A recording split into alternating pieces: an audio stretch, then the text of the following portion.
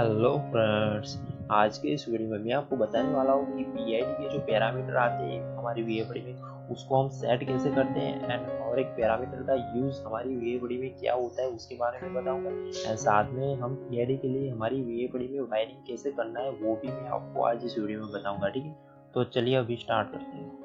सबसे पहले पीआईडी का फुल फॉर्म क्या होता है। पीआईडी का फुल फॉर्म होता है, पी का मीनिंग होता है प्रोपोर्शनल, आई का मीनिंग होता है इंटीग्रल एंड डी का मीनिंग होता है डेरिवेटिव, मतलब प्रोपोर्शनल इंटीग्रल डेरिवेटिव। ठीक है, तो ये हो गया हमारे पीआईडी का फुल फॉर्म। अभी पीआईडी का यूज हम कहाँ पर करते हैं। पीआईडी का जनरली हम यूज जो हमारी क्लोज लूप सिस्टम होती है ना उसमें करते हैं, मतलब कि ज़्यादातर हमारी जो इंडस्ट्रियल ऑटोमेशन की प्रोडक्ट है उसमें हम पीआईडी का यूज़ करते हैं। ठीक है, और इसके पीआईडी यूज़ करने के पीछे का हमारा गोल क्या होता है कि हमें जो हमारे सिस्टम का प्रेशर है या टेम्परेचर है वो कंटिन्यूसली वेरी हो रहा है, तो हमें क्या करना है उसको कांस्टेंट मॉनिटर करके उसको कांस्टेंट मेंटेन करना है, तो हम पीआईडी वहाँ पर यूज़ कर सकते हैं। ठीक, तो चलिए मैं आपको पीआईडी के बारे में बेसिक जो ब्लॉक डायग्राम हमारी वीएफडी में आता है उसके बारे में बता देता हूँ। ठीक है, तो सबसे पहले यहाँ पर जो हमारा सिस्टम में कोई प्रेशर सेंसर या टेम्परेचर सेंसर लगा हुआ है, अभी प्रेशर कितना है सिस्टम का तो उसके अकॉर्डिंग वो आउटपुट में हमें वोल्टेज देगा या करंट देगा। ठीक है, तो यहाँ पर आप देख सकते हो कि हमारा जो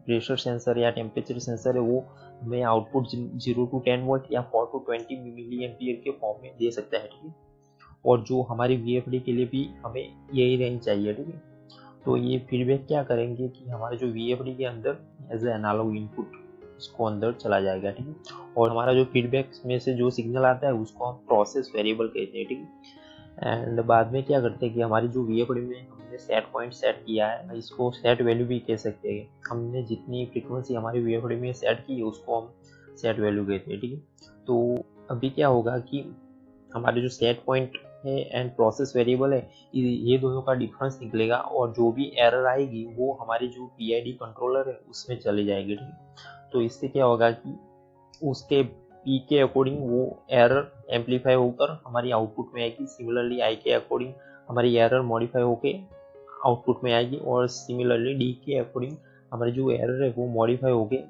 आउटपुट में आएगी। ठीक है, तो बाद में क्या होगा कि जो आउटपुट में ये तीनों के थ्रू जो एरर मॉडिफाई होकर आई उसका सम होगा।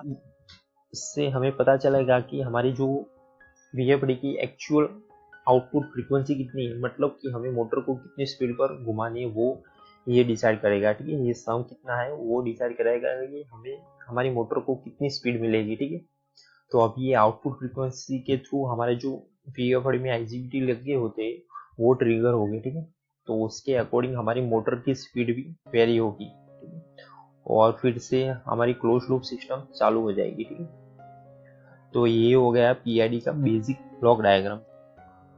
तो चलिए अभी मैं आपको बताता हूँ कि आपको पीआईडी के सेटिंग के लिए आपकी वीएफडी में कौन कौन से पैरामीटर को सेट करना पड़ेगा। ठीक है, तो चलिए सबसे पहला हमारा पैरामीटर क्या है कि पीआईडी फंक्शन सेटिंग, मतलब कि हमें हमारी वीएफडी में पीआईडी फंक्शन को इनेबल करना है। ठीक है, तो ये हो गया हमारा पहला पैरामीटर।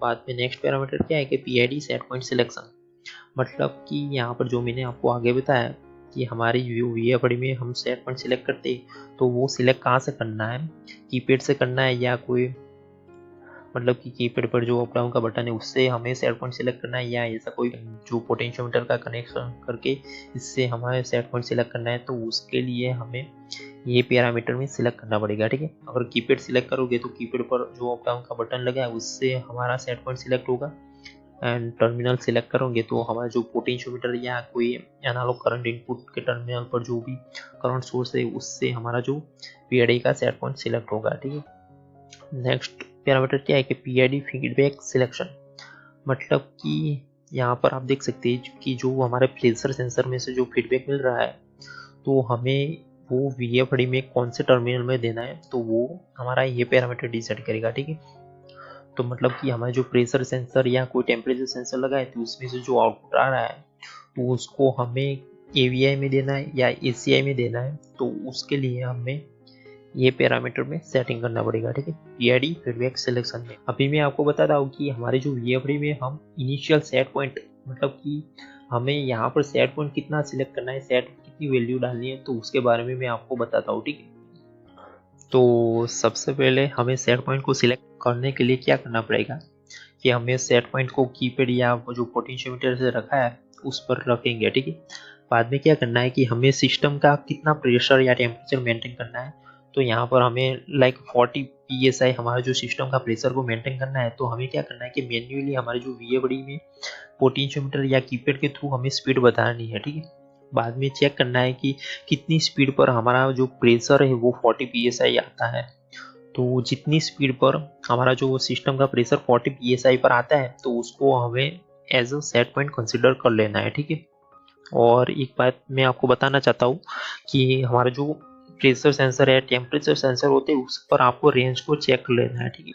ये सेंसर का ये जो आउटपुट होना चाहिए वो 0 to 10 वोल्ट या 4 to 20 मिली एम्पियर टाइप का होना चाहिए, ठीक है। अगर इससे ज़्यादा वोल्टेज या करंट होगा तो हमारे VFD के वो प्रॉब्लम कर सकता है, ठीक। तो इसके लिए आपको इसको एक बार ज़रूर चेक कर लेना है। एंड जो इसमें से जो आप प्लस एंड माइनस जो वायर निकल रहे हैं, मतलब कि जो प्लस 10 वोल्ट एंड GND, ये हम कोई एक्सटर्नल SMPS के थ्रू भी हम इसको 10 वोल्ट दे सकते हैं, ठीक है। और अगर एक्सटर्नल करंट सोर्स है उसके थ्रू भी हम इसको करंट दे सकते हैं, ठीक है, इसको ऑपरेट कराने के लिए। मगर हमें VFD में कनेक्शन कैसे करना है, तो यहाँ पर आप देख सकते हो कि जो हमारा येलो वायर है जो सेंसर में से आउटपुट निकल रहा है उसको हमें एनालॉग AVI या ACI टर्मिनल जो हमारे VFD में उसमें देना है, एंड जो हमारा ब्लैक वाला वायर है उसको हमें GND में कनेक्ट करना है, ठीक है। तो उससे क्या कि जो भी हमारा सेंसर में से आउटपुट आएगा वो हमारी VFD के अंदर चला जाएगा, ठीक है।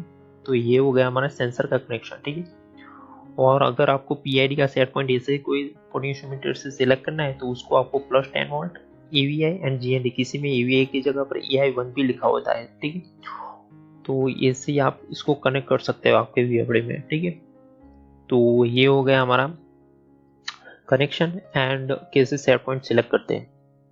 नाउ नेक्स्ट पैरामीटर क्या है कि प्रोपोर्शनल गेन सेटिंग, जो मैंने आपको आगे बताया था, जो फीडबैक एंड सेट पॉइंट के थ्रू जो एरर मिली वो हमारे जो कंट्रोलर है इसमें जाएंगे, ठीक है। तो ये कंट्रोल में जाने से हमारी जो एरर पर क्या इफेक्ट आएगी एंड इसको हमें कैसे सेट करना है वो मैं आपको अभी बताता हूँ, ठीक है। तो चलिए अभी तो यहाँ पर आप देख सकते हैं कि हमारे यहाँ पर P की वैल्यू धीरे धीरे इंक्रीज हो रही है, ठीक है। और इसके साथ हमारी जो VFD के आउटपुट फ्रीक्वेंसी में कैसे चेंज हो रहे हैं वो यहाँ पर आप देख सकते हो, ठीक है। तो यहाँ पर जब भी हमारी P की वैल्यू स्मॉल होगी मतलब लो गेन होगा, तो उससे क्या होगा कि हमारी जो VFD की आउटपुट फ्रीक्वेंसी है वो ऐसे वेरी होती है, ठीक है। और हमें VFD की जो एक्चुअल फ्रीक्वेंसी चाहिए वो इतनी चाहिए, ठीक है। तो यहाँ पर एरर आपको दिख सकती है, ठीक है। तो अभी क्या करेंगे, हम P की वैल्यू बढ़ाएंगे थोड़ी, तो उससे क्या होगा कि यहाँ पर आप देख सकते हो कि हमारे जो एरर है वो काफ़ी कम हो गई एंड जो एक्चुअल आउटपुट फ्रीक्वेंसी थी उसके नज़दीक ये पहुँच गई है, ठीक है। ये एरर यहाँ पर देख सकते हो आप। तो इसको भी हमें कंपेंसेट करना है, तो उसके लिए हमने क्या किया कि फिर से हमने P को बढ़ाया। तो उससे क्या होगा कि ये से अप डाउन हमारी स्पीड कम ज़्यादा होने लगी, मगर फिर से वो 0 के नज़दीक तो नहीं पहुँची। तो हमने फिर से P को बढ़ाया, तो क्या होगा कि हमारी जो स्पीड है वो कंटिन्यूसली वेरी होगी, मतलब कंटिन्यूसली अप डाउन हो रही है, ठीक है। उससे क्या कि हमारी जो मोटर है वो वाइब्रेशन करने लग रही है और वो प्रॉपर स्पीड मेंटेन नहीं कर पा रही, ठीक है। तो हाई गेन के कारण क्या होगा कि आपकी मोटर वो वाइब्रेट करने लगेगी, इसीलिए आपको P को कम रखना है, ठीक है। अगर आपकी मोटर वाइब्रेट करने लग रही है तो आपको P को थोड़ा कम सेट करना है, ठीक है। अभी जो ये यहाँ पर एरर दिख रही है ये हम अभी रिड्यूस नहीं हो रही, तो अभी हमें आइटम जो इंटीग्रल टर्म है इसका यूज़ करना पड़ेगा, ठीक है। तो अभी एक एग्जांपल लेकर मैं आपको समझाता हूँ कि इसका इफेक्ट हमारी VFD पर क्या पड़ता है, ठीक है। तो यहाँ पर हमने PID के जो पैरामीटर है P में सेट किया 2, I में सेट किया 0 एंड D में सेट किया 0, मतलब कि हमने अकेले P में 2 सेट किया है। यहाँ पर सिस्टम का प्रेशर क्या है, जो हमें 50 PSI हमें सिस्टम का प्रेशर चाहिए, ठीक है। एंड जो हमें आउटपुट में से जो सिग्नल मिल रहा है प्रोसेस वेरिएबल वो 40 PSI मिल रहा है, मतलब कि हमें फीडबैक में से 40 PSI का सिग्नल मिल रहा है, ठीक है। तो इससे क्या कि हमारी एरर जनरेट होगी 10 PSI की। तो हमें जो एरर अभी 10 PSI है, तो हमें स्पीड को कितनी वेरी करनी पड़ेगी ये 10 PSI को कंपेंसेट करने के लिए। तो यहाँ पर आप देख सकते हो speed of VFD is equal to error multiply by P, मतलब कि जो हमारा गेन है प्रोपोर्शनल गेन उससे मल्टीप्लाई करना है। तो उससे यहाँ पर आप देख सकते हो हमने 2 सेट किया था, ठीक है। तो हमें हमारी जो एरर है 10 psi, उसको हमें 2 से मल्टीप्लाई करना है, तो क्या होगा कि 20 हर्ट्ज। नाउ यहाँ पर हमने देखा कि 20 हर्ट्ज की फ्रीक्वेंसी हमें चाहिए जो एरर है उसको कंप्यूट करने के लिए, ठीक है। तो हमने पी में 2 किया, तो उससे क्या कि हमारी जो यहाँ पर एरर थी वो काफ़ी कम हो गई, और जो हमारी फ्रीक्वेंसी वो 20 हर्ट्ज बढ़ गई। जो नॉर्मल हमारी फ्रीक्वेंसी थी उससे 20 हर्ट्ज बढ़ गई, ठीक है। तो उससे क्या कि हमारी जो एरर है वो काफ़ी कम हो गई, ठीक है। अगर इसमें हम 3 कर देंगे तो उससे क्या होगा कि हमारी स्पीड है वो थोड़ी बढ़ जाएगी, ठीक है। मतलब कि ऐसे थोड़ी थोड़े हमारी मोटर वाइब्रेशन करने लगेगी, ठीक है। और इसमें 4 कर दोगे तो हमारी मोटर फुल्ली वाइब्रेशन मोड में चले जाएंगे, ठीक है। और स्टॉप भी कोई एरर के साथ वो स्टॉप भी हो सकती है, ठीक है। इसीलिए क्या करना है कि हमें जो प्रोपोर्शनल गेन का सेटिंग है वो धीरे धीरे बढ़ाना है, ठीक है। और चेक करना है कि हमारी जो एरर है वो कम हुई या नहीं हुई, ठीक है। वो चेक हम कैसे कर सकते हैं कि हमारा जो हमें जो एक्चुअल प्रेशर चाहिए वो मिला है या उससे थोड़ी दूरी है, तो उस पर जाकर हम चेक कर सकते हैं, ठीक है। तो ये हो गया हमारा प्रोपोर्शनल गेन का सेटिंग। अभी यहाँ पर आप देख सकते हो कि यहाँ पर ये एरर 0 तो नहीं हो रही, मगर प्रोपोर्शनल गेन बढ़ाने पर वो ऑसिलेट करता है। तो इसको 0 करने के लिए एक दूसरा टर्म है यहाँ पर, इंटीग्रल टाइम सेटिंग, जो मैंने आपको आगे बताया था आई। तो इसके कारण हमारी जो वीएफडी की स्पीड पर क्या इफेक्ट पड़ेगी और ये हमारी एरर को कैसे कंपेंसेट करने में मदद करेगा वो मैं आपको बताता हूँ, ठीक है। तो यहाँ पर इंटीग्रल टाइम सेटिंग मतलब जो यहाँ पर हमने गैप मिल गई थी उसको यहाँ पर हमने 0 करना है, ठीक है। तो उसको हम कैसे कर सकते हैं, तो उसके लिए हमें जो इंटीग्रल टाइम सेटिंग में हमें वैल्यू बढ़ानी पड़ेगी, ठीक है। तो इसमें थोड़ी वैल्यू बढ़ाएंगे तो क्या होगा कि कल प्रोपोर्शनल में जो एरर की वजह से जो यहाँ पर गैप हमने देखी थी वो अभी 0 हो जाएगी, ठीक है। या उससे एरर कम हो जाएगी, ठीक है। जो आगे एरर थी उससे काफ़ी कम हो जाएगी, ठीक है। और आपको ये भी ध्यान में रखना है कि जो हमारा इंटीग्रल टाइम सेटिंग इसका यूनिट क्या है कि रिपीटेशन पर मिनट, ठीक है। और अगर इसको अपोजिट करेंगे तो मिनट्स पर रिपीटेशन भी इसमें यूज होता है, ठीक है। तो चलिए मैं आपको एक एग्जांपल के साथ समझाता हूँ। यहाँ पर आप देख सकते हो कि पीआईडी के पैरामीटर जो मैंने आपको आगे सेट करके बताए थे उसमें क्या करना है कि सिर्फ आई की वैल्यू को 1 करना है, ठीक है। तो उससे क्या होगा कि जो हमने 20 हर्ट्ज की फ्रीक्वेंसी मिली थी, ठीक है। तो यहाँ पर आई को 1 सेट करने से क्या होगा कि output frequency will increase by 20 hertz in 1 minute. मतलब क्या है कि हमारी जो आउटपुट की फ्रीक्वेंसी है वो 20 हर्ट्ज बढ़ेगी, ठीक है। 1 मिनट के अंदर 20 हर्ट्ज बढ़ेगी, ठीक है। तो हमने जैसे यहाँ पर चेंजेस करेंगे वैसे हमारी जो फ्रीक्वेंसी है वो बढ़ेगी, ठीक है। और वो कितने तक बढ़ेगी, जब तक वो मैक्सिमम फ्रीक्वेंसी तक नहीं पहुंच जाती तब तक वो बढ़ती ही रहेगी, ठीक है। मतलब कि पहले 20 हर्ट्ज बढ़ी वो 1 मिनट में बढ़ी, फिर से वो 20 हर्ट्ज 1 मिनट में बढ़ेगी, ठीक है। वो कंटिन्यूसली बढ़ती रहेगी जब तक वो मैक्सिमम फ्रीक्वेंसी तक नहीं पहुंच जाती तब तक वो बढ़ती रहेगी, ठीक है। इससे क्या होगा कि जो हमारे प्रोपोर्शनल में यहाँ पर आकर वो फिर से नीचे स्टेडी स्टेट पोजीशन में चले गए थे वो नहीं होगा, वो मैक्सिमम फ्रीक्वेंसी तक पहुंचेगी, ठीक है। और जो हमारी एरर है वो उसको रिड्यूस करेंगे, ठीक है। और अगर हमारी जो आई की वैल्यू 2 होगी तो उसका मीनिंग क्या होगा कि हमारी जो 20 हर्ट्ज की फ्रीक्वेंसी बढ़ रही है वो 2 मिनट में बढ़ेगी, ठीक है। इसीलिए अगर इसमें 2 किया होगा तो हमारी जो एरर है वो 0 के नज़दीक पहुंचने में काफ़ी टाइम लगाएगी, ठीक है। इसके लिए क्या करना है कि हमको आई की वैल्यू को जितना हो सके उतना कम सेट करना है। उससे क्या कि हमारी जो एरर है वो काफ़ी जल्दी कंपनसेट हो जाएगी, ठीक है। क्योंकि यहाँ पर 1 का मीनिंग क्या होगा कि 1 मिनट में 20 हर्ट्ज बढ़ेगी।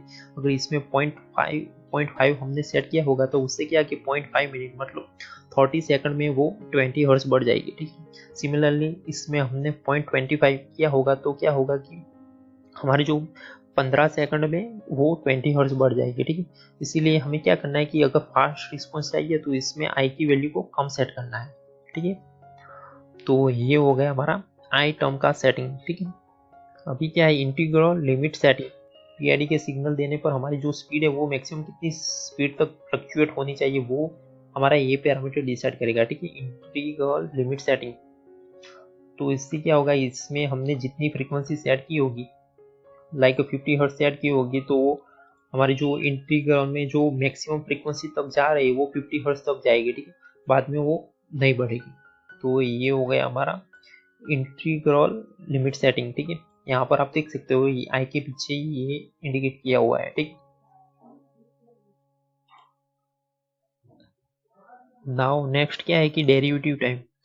काफ़ी तरह एप्लीकेशन में हम इंटीग्रल एंड जो प्रोपोर्शनल यूज़ करते हैं उससे ही हमारी जो एरर है वो काफ़ी हद तक रिड्यूस हो जाती है हमें, और ये डेरिवेटिव जो टाइम है इसका यूज़ करना नहीं पड़ता है। ठीक है, अभी नेक्स्ट क्या है कि पीआईडी कैलकुलेशन मोड, मतलब कि यहाँ पर आप, मैंने जैसे आपको आगे बताया था, इसमें क्या है कि पीआईडी जो था तीनों पैरेलल था। ठीक, तो इससे क्या होता है कि हमने जो पी की वैल्यू सेट की वो इंडिपेंडेंट है, आई की वैल्यू भी इंडिपेंडेंट है एंड डी की भी इंडिपेंडेंट है।